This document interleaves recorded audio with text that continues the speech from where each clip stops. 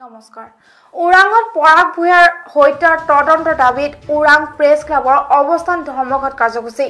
সাংবাদিক পৰাগ ভূঞাৰ হত্যাৰ তদন্ত সিবিআইৰ হাতত অৰ্পণ কৰি হত্যাকাৰীক কঠোৰতম শাস্তি প্ৰদান কৰাৰ দাবী উত্থাপন ওৰাং সাংবাদিক সন্থাৰ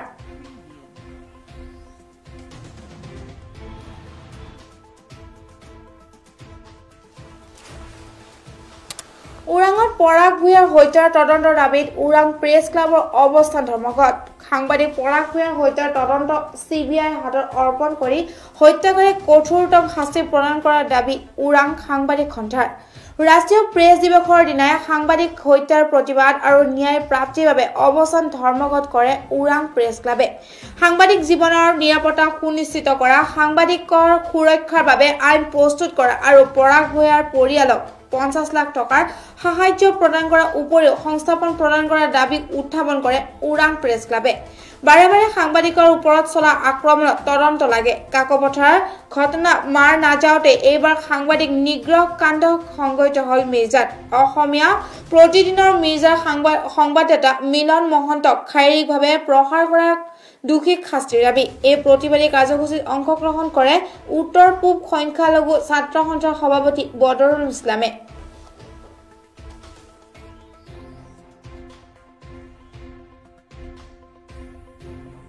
গোস্বামীৰ কাৰণে অসমৰ মুখ্যমন্ত্ৰীয়ে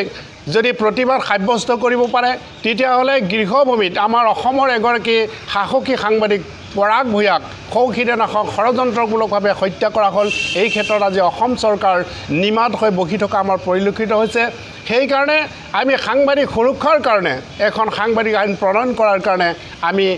দাবী জনাইছোঁ আৰু অতি শীঘ্ৰে যি সাংবাদিক সেই সাংবাদিক নিগ্ৰহ বন্ধ হ'ব লাগে আৰু তেওঁক যি সাংবাদিকৰ পৰিয়ালক আৰ্থিক সাহায্য প্ৰদান কৰিব লাগে সাংবাদিক বন্ধুসকলে আজি পৰাগ ভূঞাৰ যি ষড়যন্ত্ৰমূলকভাৱে হত্যাকাণ্ড ইয়াৰ প্ৰতিবাদ কাৰ্যসূচীত আমিও অংশগ্ৰহণ কৰিছোঁ তো আমি নেমছুৰ ফালৰ পৰা এই হত্যাকাণ্ডক আমি চৰম ভাষাৰে গৰিহণা দিছোঁ আৰু এই আজিৰ এই প্ৰতিবাদ কাৰ্যসূচীত অংশগ্ৰহণ কৰি আজি অসম চৰকাৰক আমি দাবী জনাইছোঁ যে সাংবাদিকৰ ওপৰত আৰু কিমান দিন অত্যাচাৰ চলি থাকিব সাংবাদিকৰ ওপৰত কেতিয়া আপোনালোকে সুৰক্ষাৰ বাবে আপোনালোকে ব্যৱস্থা গ্ৰহণ কৰিব মুখ্যমন্ত্ৰী ডাঙৰীয়া সৌখিদিনা অৰ্ণৱ গোস্বামীক যেতিয়া মহাৰাষ্ট্ৰ চৰকাৰে কৰায়ত্ব কৰি জেল হাজতলৈ প্ৰেৰণ কৰিছিল আপুনি এদিন পিছত আপুনি সেই আন্দোলন কৰিছিল আৰু মহাৰাষ্ট্ৰৰ মুখ্যমন্ত্ৰীক আপুনি সাংবাদিকৰ অৰ্ণৱ গোস্বামীৰ সুৰক্ষাৰ বাবে আপুনি ফোন কৰিছিল কিন্তু আপুনি চকুৰে নেদেখা হৈছে নেকি আপুনি কাণেৰে নুশুনা হৈছে নেকি আজি আপোনাৰ গৃহ ৰাজ্যত আজি সাংবাদিকক হত্যা কৰা হৈছে যোৱাকালি এজন সাংবাদিকক আজি কিছুমান কাপুৰুষ জুৱাৰীয়ে বান্ধি থৈছে আপুনি সেইবোৰ দেখা পাইছেনে নে দেখা নাই নে আপুনি কলা চশমা লগাই আছে গতিকে আপুনি সাংবাদিকসকলক নিৰাপত্তা দিয়াৰ বাবে আইন প্ৰণয়ন কৰক সাংবাদিকক সুৰক্ষা দিয়াৰ বাবে ব্যৱস্থা কৰক আৰু সাংবাদিকসকলক যাতে বিনা দ্বিধাই ঘূৰিব পাৰে গণতন্ত্ৰৰ চতুৰ্থ স্তম্ভ যাতে কোনো ব্যাঘাত জন্মাব নোৱাৰে তাৰ বাবে আপোনালোকে ব্যৱস্থা কৰক আইন প্ৰণয়ন কৰক নহ'লে কিমান আৰু এই সাংবাদিকসকল চলি থাকিব আজি যিকোনো দুৰ্নীতি সাংবাদিকসকলে ফাদিল কৰে সমাজৰ বিভিন্ন ভাল বস্তু সাংবাদিকসকলে বিভিন্ন মাধ্যমেৰে প্ৰচাৰ কৰে কিন্তু সেইসকলৰ ওপৰত হত্যা কৰা হৈছে তেওঁলোকক আক্ৰমণ কৰা হৈছে গতিকে আমি মুখ্যমন্ত্ৰী ডাঙৰীয়াক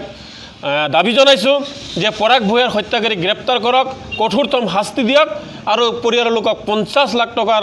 আৰ্থিক সাহায্য প্ৰদান কৰক আৰু চৰকাৰী চাকৰি প্ৰদান কৰক সাংবাদিক বন্ধুসকলে